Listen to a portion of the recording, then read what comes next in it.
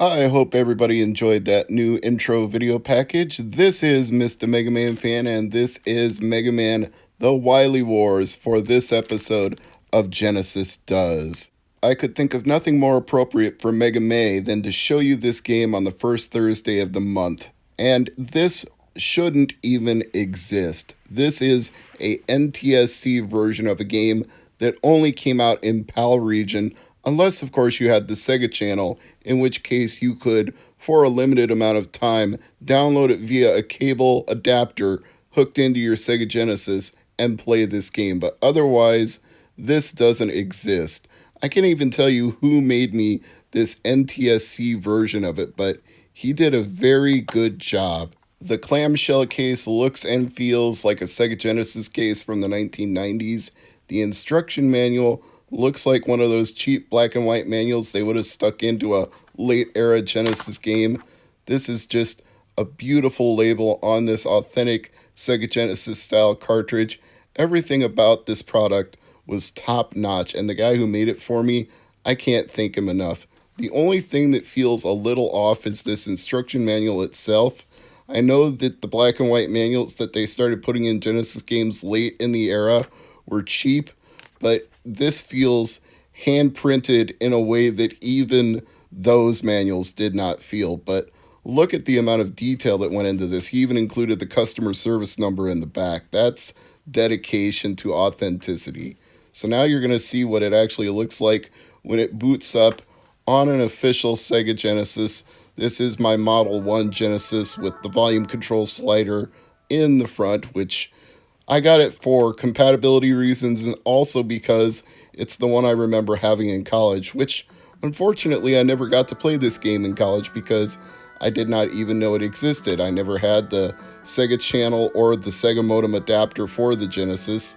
And then I didn't even end up having the Genesis after my sophomore year of college because my roommate who moved out took it with him. So it wasn't until a few years later that I got another one and started playing games again. And originally, when this was first considered by me, when I learned of its existence, I got a cartridge converter for European and Japanese regions and was able to buy a copy of Wily Wars from Germany.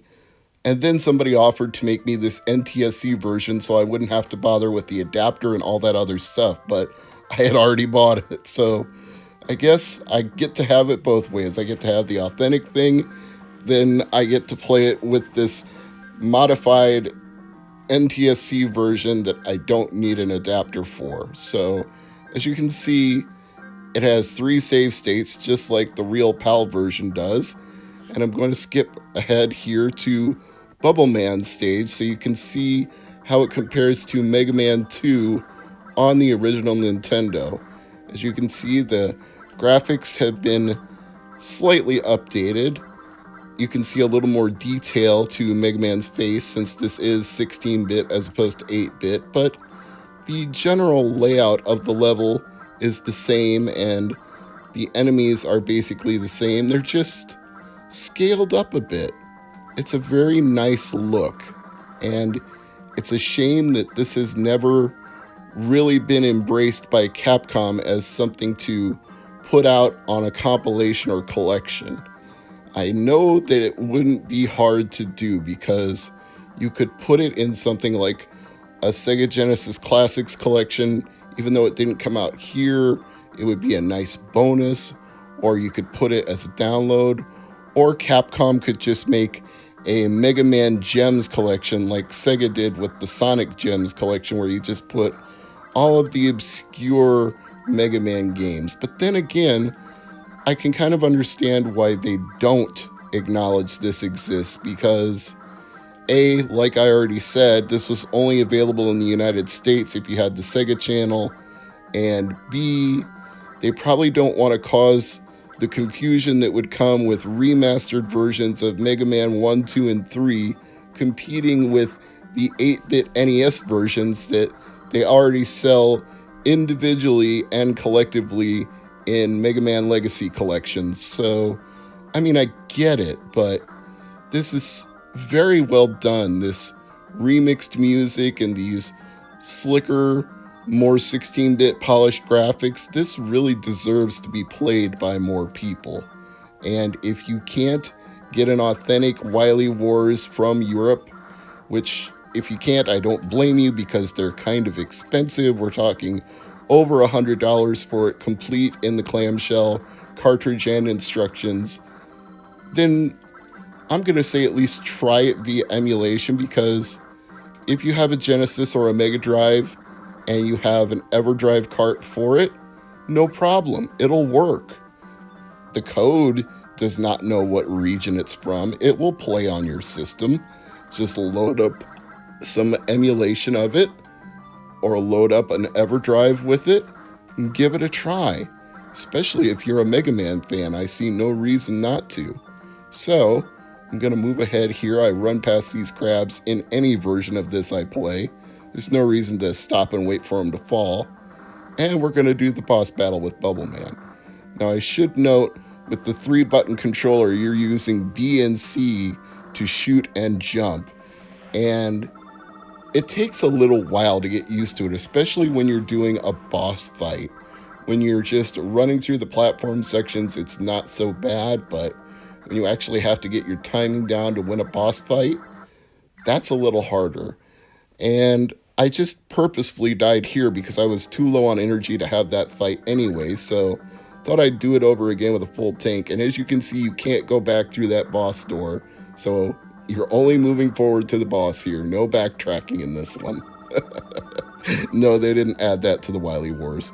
By the way, I should mention that if you beat Mega Man 1, 2, and 3 in Mega Man The Wily Wars, it adds a brand new area called the Wily Tower.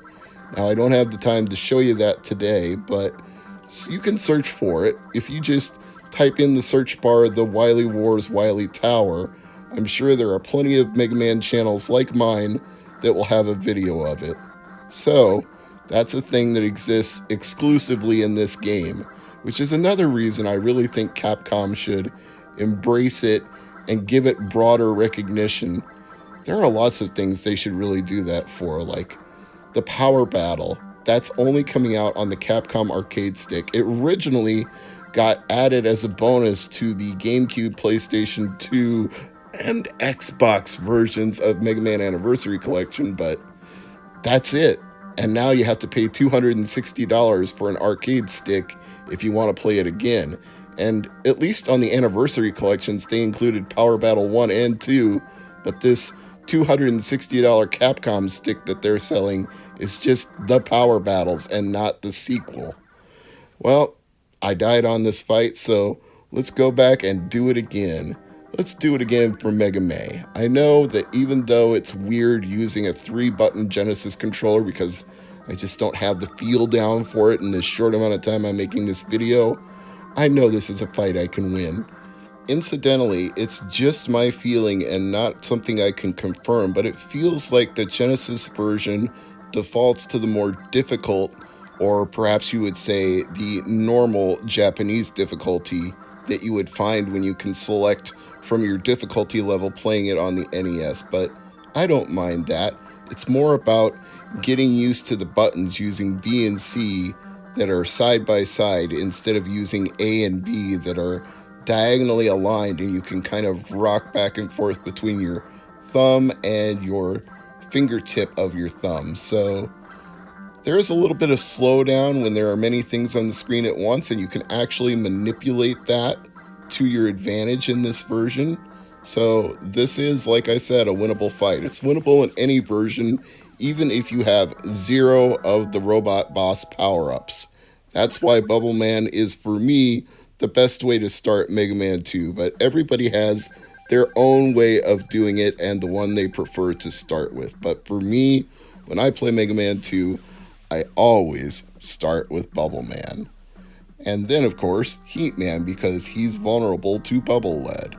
But here you see the select screen again with Mega Man 1, 2, and 3, and 3 different save files that you can use. And when you have beaten all 3 Mega Man games on any of your save files, then the Wily Tower comes up as an option on this menu page. But as of now, it is inaccessible because I am just playing this to show you that it works and it exists and it is a thing for the month of May, Mega May 2019. And I hope you've enjoyed this look at a rather obscure Mega Man compilation that came out in the 1990s exclusively in the PAL territories in Europe.